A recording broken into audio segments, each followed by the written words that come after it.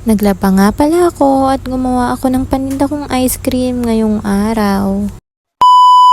Hello guys! Ako nga pala si Mami Aki, ang Mami Vlogger ng San Pablo City. For today's video nga ay eto, late ko na naman itong nai-upload dahil kahapon ko pa ito ginawa.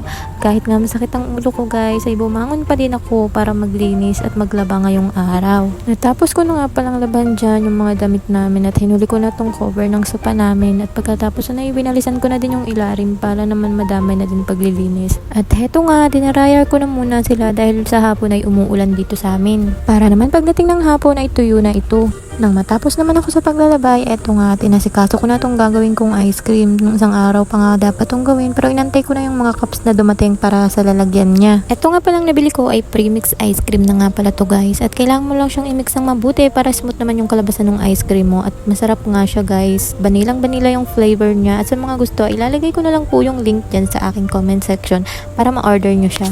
At after ng mahabang pag-beat ay eto na nga, nakuha na nga yung consistency na kailangan ko guys. Ganun lang siya dapat ka-smooth. So, ang flavor nga pala na ginawa ko ay Oreo Vanilla. At bumili lang ako ng chocolate at ginawa kong syrup para naman may design yung paglalagyan ko na chocolate din sa gilid niya. At yan nga So, inisa-isa ko muna yung lalagyan para sasalinan ko na lang siya. Nung una kasi ay nilagyan ko na ang hirap. So, inisa-isa ko para sabay-sabay ko na lang lagyan. Diba? Napabilis yung gawain ko. And after nilagyan ko lang siya ng Oreo sa ibabaw. So, yan. Sana ay bumili kayo guys. Lalo na sa mga malapit dito sa amin. May tinda po akong ice cream. Bili na kayo. So, yun lang ang aking vlog for today. Thank you po sa nanonood. Bye-bye. See you on my next vlog. Bye.